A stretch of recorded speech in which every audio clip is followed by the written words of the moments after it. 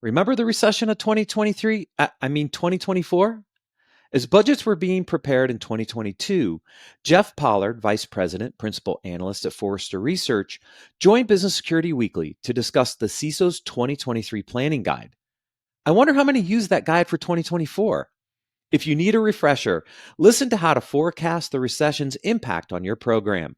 It may not be as exciting as fireworks, but it might prepare you for the next boom. Enjoy.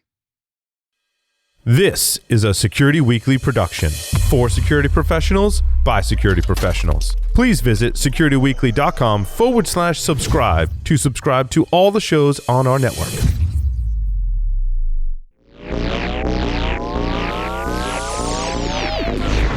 It's the show where we explore the business of security to improve the security of business. Your trusted source for actionable insights on leadership, communication, and innovation. Get ready for Business Security Weekly. Jeff Pollard primarily contributes to Forrester's offerings for security and risk professionals. He leads Forrester's research on the role of the CISO, specializing in topics related to security strategy, budget, metrics, business cases, and presenting to the board. His research also includes security services, featuring global coverage of managed security services, professional security services, and security as a service. Jeff also takes an active role in Forrester's forward-looking research on security innovation, the security market, and security predictions. Jeff, welcome to Business Security Weekly. Yeah, thanks for having me. Excited to be here. Yes, we've had a lot of Forrester analysts on in the past. We've had a great relationship with Forrester. And as Forrester publishes new research, I love to bring on the analysts to talk through things. This is your first time, so welcome. Hopefully we can do more of these because you cover a lot of the topics that our audience probably has a lot of interest in. So pleasure to have you. Yeah, awesome. We're going to talk security budgets for 2023. But before we get into some of the research findings, as we were preparing for this call last week, you said something really interesting that I want to get on the air. You were talking about security being fatalistic and risk being probabilistic. And this is one of the challenges we have between security and risk. I want you to explain that a little bit for the listeners, because you had this really great take on the differences between security and risk. Yeah, so the way that we often frame this, and one of my colleagues, Renee Murphy, covers risk, and so she's got a risk and audit background. And the way that we often frame it is that, security and risk are a little bit like, men are from Mars and women are from Venus. Although if we update it now, we'll often say sort of different love languages, if you will. So security has a love language and risk has a love language. And what I find is that a lot of security leaders that did sort of grow up, if you will, through the technology track, often have a more sort of fatalistic or dystopian view of risk, where everything is kind of bad and everything is sort of inevitable, which frankly makes a lot of sense, given that often security leaders have to prove a negative and are sort of waiting to find the bad thing in the environment.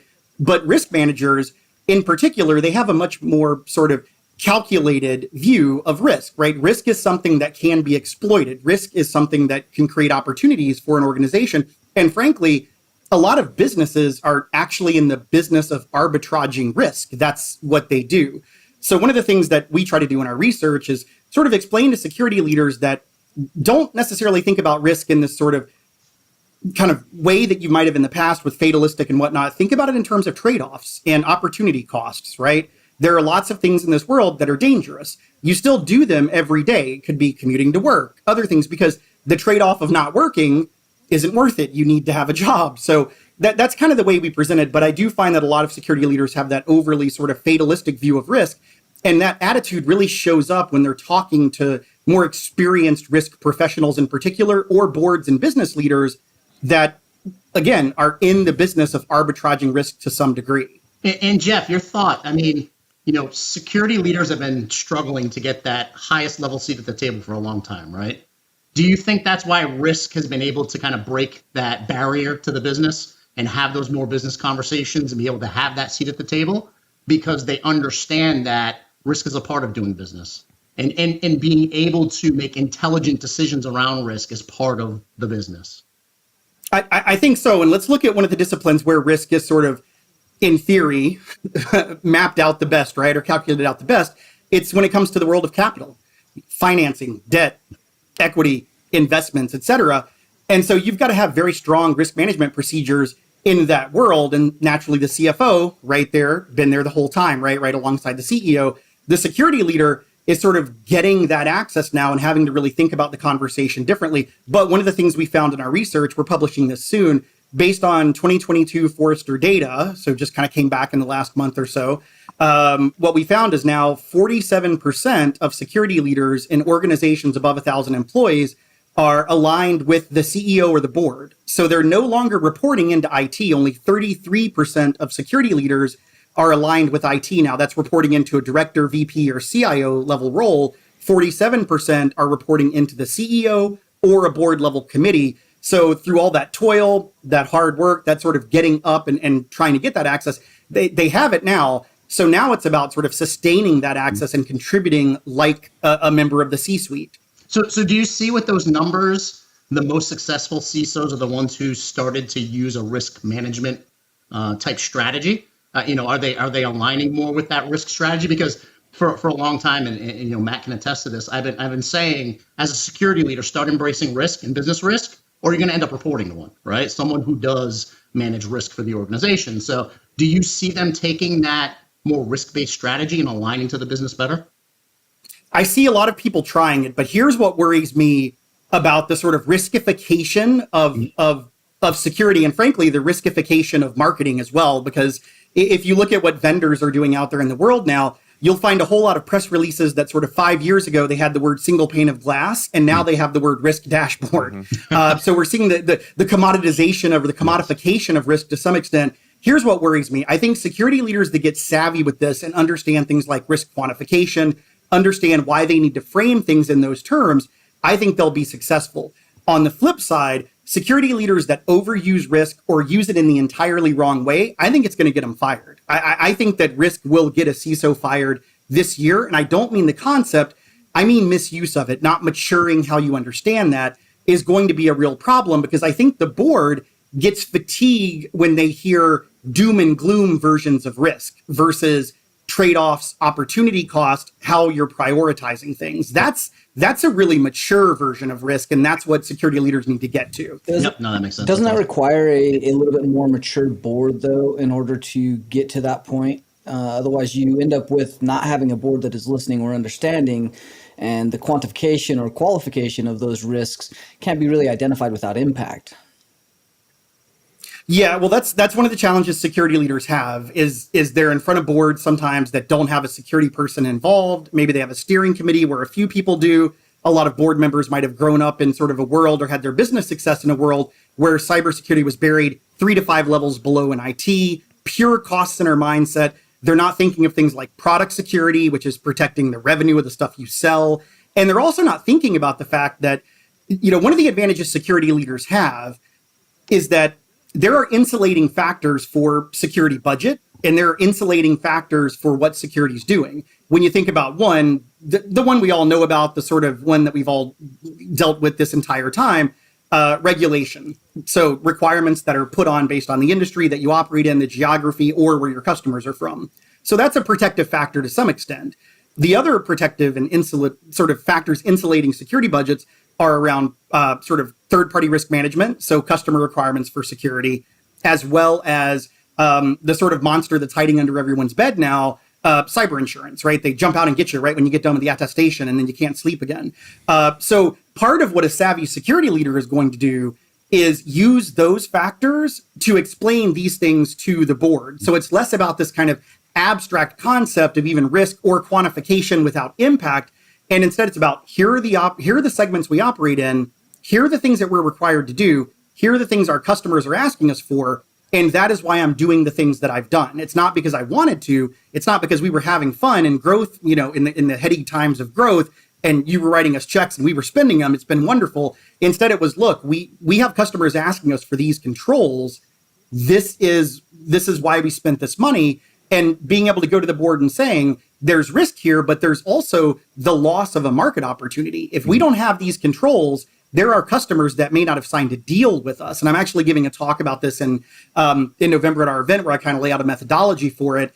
But to me, that's part of the savvier conversation. It's not all risk. That's not the answer. Risk is a part of the answer. And the other part is, look, when we talk about risk and opportunity costs and trade-offs, this is what our customers say they want us to do. If we want to pursue customers like this, we have to do things like that, or they're not going to work with us. Yeah, and we have to, we as leaders have to take the opportunity to educate the board, right? To your point, and give them that education as to the current state.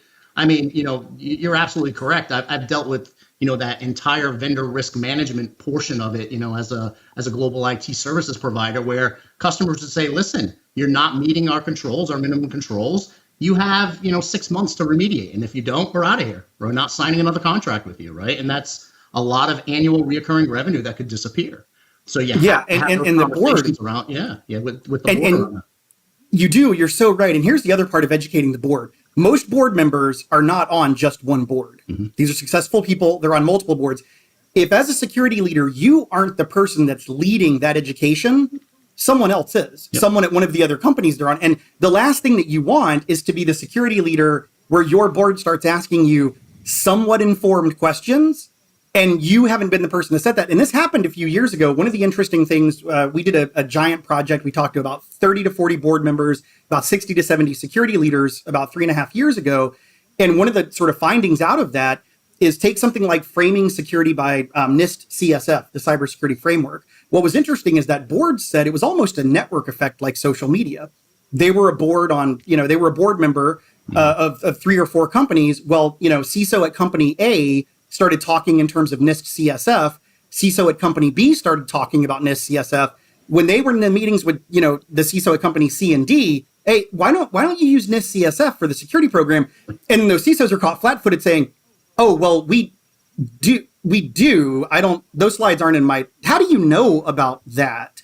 So if you're not the one doing it, someone else is. And so you might as well be the person that's helping to help, sort of teach your board, understand security, but more importantly, understand your approach to security for the company itself, right? Yeah, so if you aren't, somebody else will. Yeah. It allows you to drive the narrative, right? Drive that narrative, educate the board, be that thought leader instead of being reactive, right? Yes. Definitely the better position. Absolutely. Now you see why I started the conversation here, because this then rolls into the planning guide, right? From a security versus risk perspective, how are you best positioned as a CISO to get ready for what's coming, which is scrutiny of budgets, right? We know it. We know it's coming because we're in a market kind of downturn.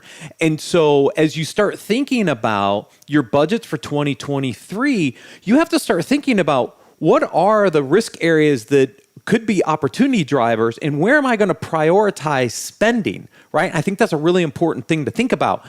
And so Jeff, as you were out putting the planning guide together, what are some of those key areas where we see increased risk, therefore probably some increased preparation or spending?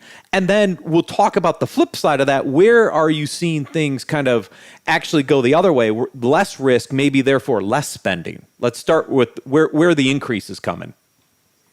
Yeah, I think the increases fall into some fairly straightforward areas, but important ones to dive into. Application security, which is occasionally security sort of oft ignored kind of cousin, if you will, right? I always have fun sort of going to Black Hat at Innovation Sandbox or whatnot, even our RSA with Innovation Sandbox, and seeing sort of the AppSec vendors that are sort of, half ignored by the rest of the world. But I think application security is going to be a huge area, especially because of product security, right? Again, that kind of secure what you sell. These things are generating revenue. There are problems out there with enterprises consuming it. Certainly, if you're a B2B company, AppSec, API security are going to be areas that you need to really pay attention to.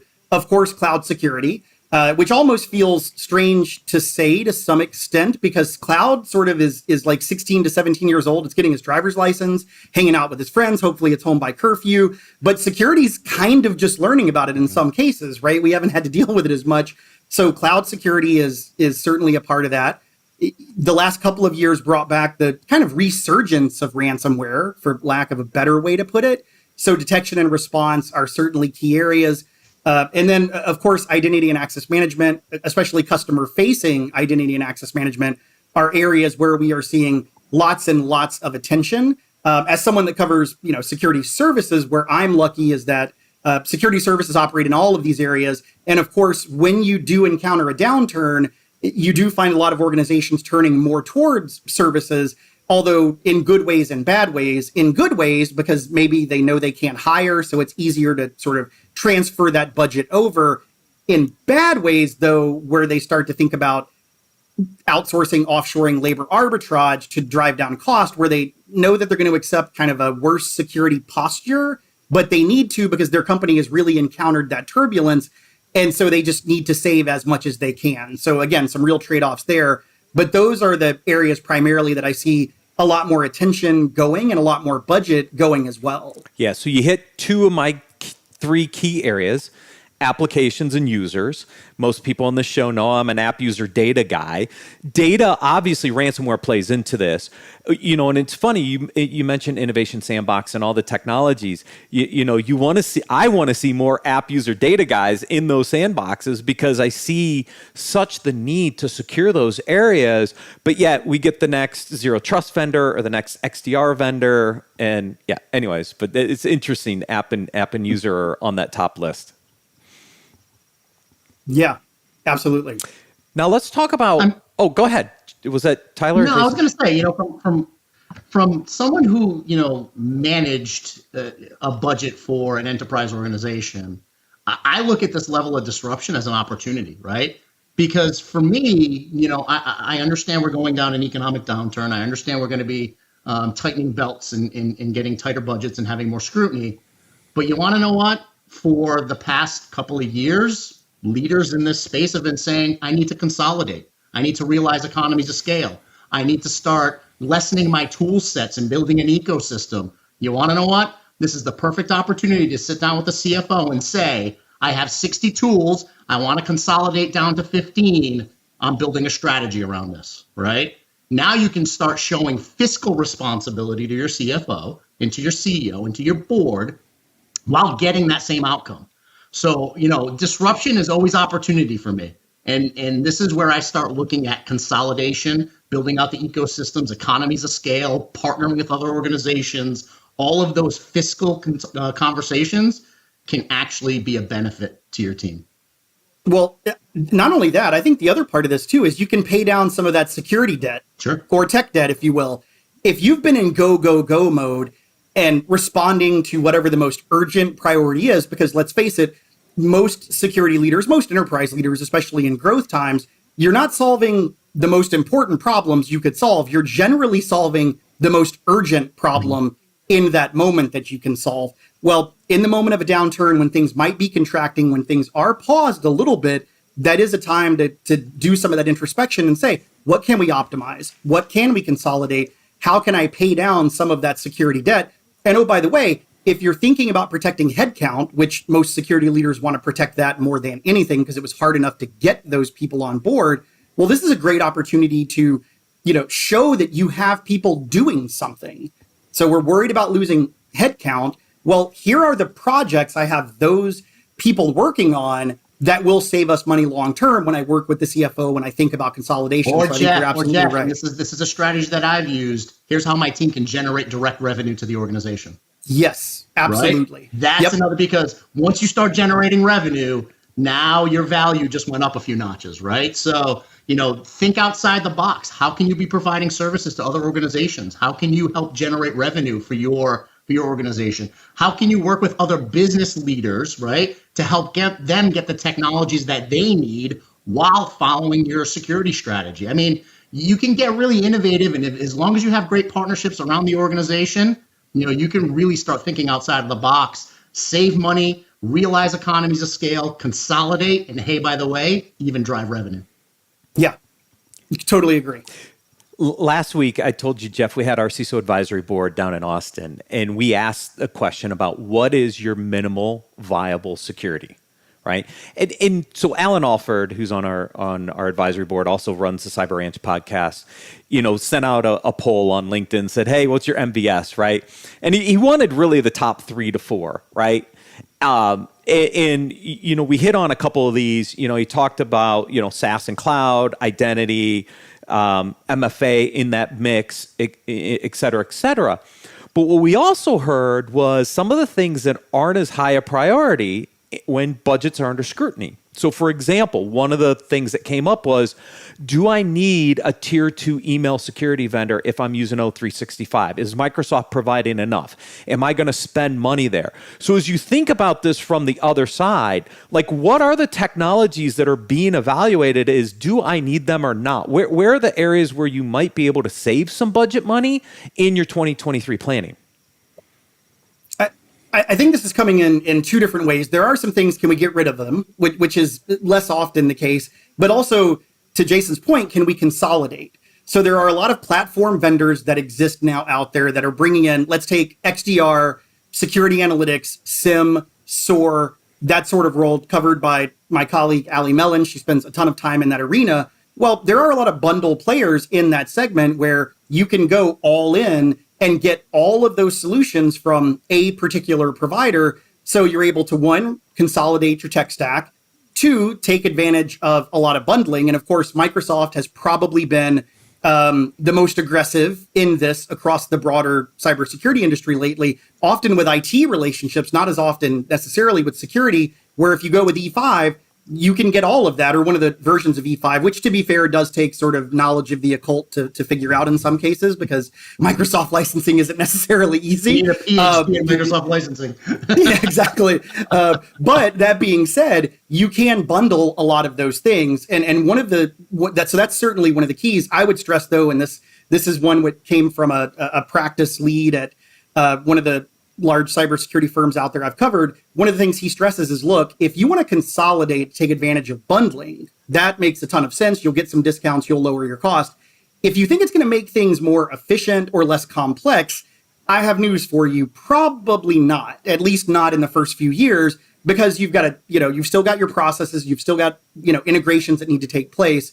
So I think one, on the consolidation front, there's a tremendous opportunity to save some budget there. Then I think there's also an examination of what technologies can go away now. Let's take, you mentioned zero trust. Let's think about zero trust edge, zero trust network access. If you've got a bunch of VPN appliances that are hung somewhere that everyone logged into, if you didn't get rid of those a couple of years ago when work from home started, you're probably opportunistically thinking about getting rid of those now and going with a zero trust approach that is really focused on the app and the user, as opposed to the sort of legacy network access. So that's one of those areas where, not that network security is disappearing, but we're certainly looking at how can we use zero trust to eliminate things like VPNs, which just we don't really need them anymore. They don't really scale. Another place that I always look though is adoption, right? So, IT and security folks are notorious for not adopting tools to their greatest capability. I want to say, most IT organizations adopt 20% of a tool. So for me, it's really doing an analysis on how much of this tool is adopted. We're only using 20% of the capability. Well, where can I go get that in another portion of my ecosystem, right? Can I? Is there overlap? We're really good at throwing money at shiny tools and then not adopting them. So I would rather adopt 80% of a capability than have this Gartner Magic Quadrant whatever that we buy and only using 20% of it. I mean, at the end of the day, that's zero value, right? It brings almost no value to the organization because it's just a shiny tool and it's an expense. So yeah, as a service, maximize adoption.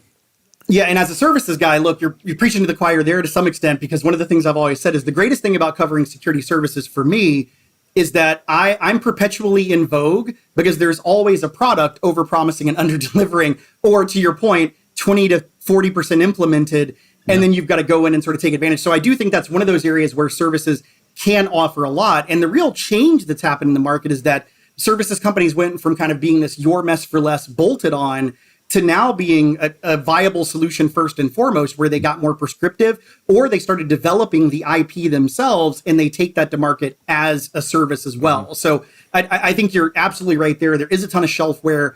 Where can you consolidate? But there is kind of a dark side of this, if you will. One of the problems that I hear about a lot from security leaders is that they've complained for years on too many vendors and too many tools, too many vendors, too many tools. Well, then someone does come in the door with a portfolio solution. Maybe it's folks we've talked about so far. Maybe it's someone else. And all of a sudden they kind of bust in the room like the Kool-Aid man, like, oh yeah, I can discount everything. And security leaders like, oh, no. I don't want to, these tools are too important. But then they're faced with the CFO and the CIO who says, well, wait, for 3 years now, you've told us too many tools, too many products, too many tools, too many products.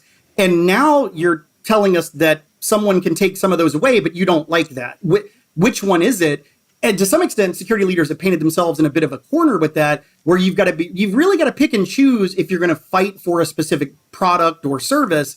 Well, why do you need that versus the bundle? And that's been a real problem that they're facing now, especially in light of the changing economic conditions. Yeah, that's a great point. I mean, once you put that line in the sand, you need to be able to commit to it, right? And show that you're actually moving down that strategy. Otherwise, you're gonna lose the trust of your CFO. You're gonna lose the trust of your board and your CEO, because you're preaching a certain strategy, and then when the cards hit the table, you're saying thanks but no thanks. Yeah, you have to commit. You have to. And it seems emotional. It seems like it's attachment. So it's not, is this tool really better than the other? Well, can you quantify that? Can you prove it? Maybe, maybe not. That's certainly one of the things that Forrester Waves do, for example. Yeah. But when you're arguing at that level, it's kind of like, look, for 3 years you said this is a problem. Now we're giving you a solution, and you're saying you want to hang on to it. Is this politics? Is it agency? Is it emotional? You're right. You can lose a lot of credibility there for sure. Do you think? I mean, so many of us who've grown up in this industry always talked about defense in depth, multi-vendor, multi-layer. We can't just be beholden to one manufacturer. Do you think it's some of that we're so used to building strategies around that we're having a hard time letting go? I found myself in that same scenario this week, talking to my team, right? And I'm like, but wait a minute, maybe we need this to be another vendor, because you know what I mean? And I found myself in that same hamster wheel. I do. I think part of it is the fact that we're conditioned to that. Is the fox, watching the hen house, so to speak.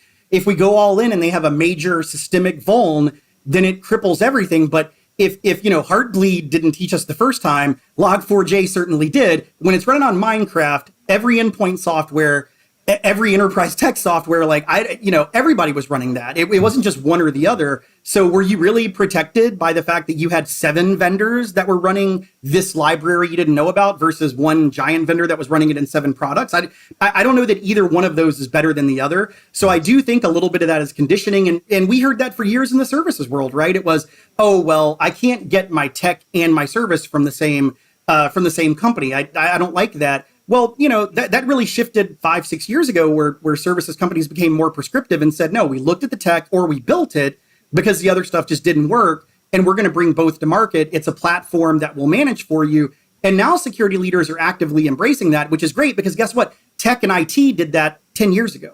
So we're finally catching up to some extent. Right. And we all know that if you're going to roll out a zero trust architecture, you're not going to have one vendor relationship. You're not even going to have 5 vendor relationships because it's not even a 5 SKU purchase, right? So, I mean, the value of consolidation is getting you down from maybe 60 to, 12, 15, 18 vendors. You're never going to get to 1, and you're probably not going to get to 5. It's still going to be somewhere in the dozens, I think, before we get there. So how much risk do you really have with your consolidation? Because you've got other vendors in the mix. And look, in some of these areas, you're even going to have overlaps in those, as the market continues to consolidate and we see some movement. There was one other thing in your report that you sent me that I was a little surprised on. I want to touch on a little bit.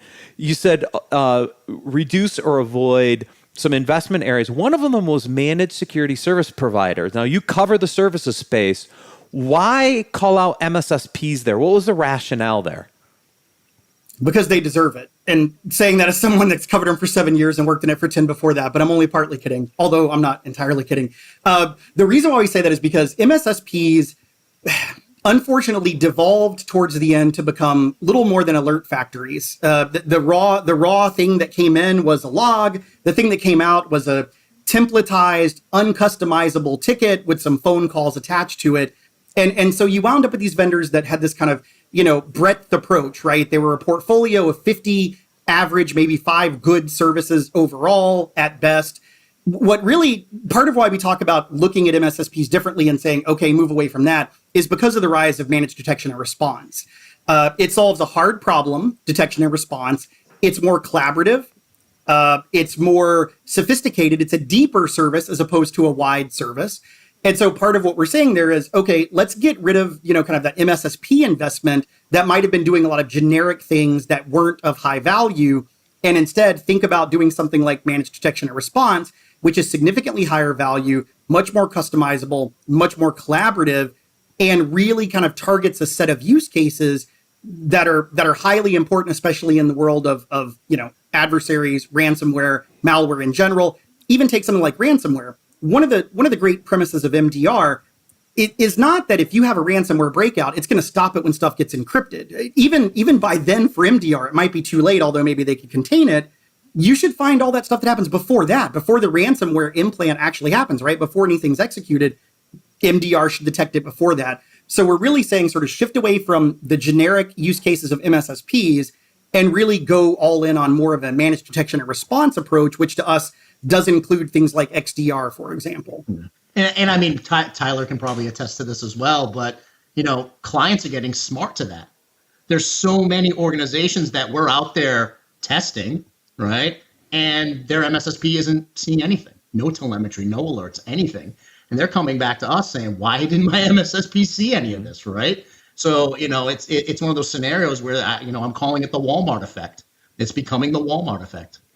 Yeah, it absolutely is. There has to be some good solutions, though, and some education around that, because for a long time, the ones that are good, they've always been branded under MSSP, and shifting their kind of market and or name vertical hasn't taken effect for even some of the good ones. So kind of being savvy to that and understanding what you're getting, what you're actually looking for, and how you can use them, I think becomes a very important conversation. Yeah, maturing your use cases, understanding exactly what you need help with. One of the things I walk through a lot of security leaders and their teams with is how to evaluate one of these organizations, how to run a proof of concept. And I say, look, if you have a SOC now or you have something close to it, let's go find 3 events that were problematic for you, and let's let that be your proof of concept. We can get this done in a day. You don't need a 30-day sort of stare at a dashboard once a week proof of concept. You can get a 4-hour one if you do it right. But you're absolutely right. It's understanding those use cases, because a lot of the MSSP appeal was your mess for less. We'll take it off your hands. We'll get our arms around it. The managed detection and response set of use cases is quite a bit more sophisticated to that, to your point. And also the other part is that there are certainly some MSSPs that maybe weren't so good that are going through some sort of brand laundering, if you will, where they're now advertising MDR, but their version of MDR looks a lot like their version of MSSP, just with many find and replaces in the copy. Yeah, the reason I brought this up, because we're seeing about a quarter of spend going to services, and recommendation around MSSPs, what you're saying is don't spend on the broad MSSP portfolio. Pick and choose the right kind of focus areas to spend that budget, because we are seeing more budgets going to service providers. And I just wanted to make sure people understood why, the difference between those. So that was perfect. Awesome. Yeah, Jeff, thank you so much for joining us on Business Security Weekly. Thanks for having me. This was great.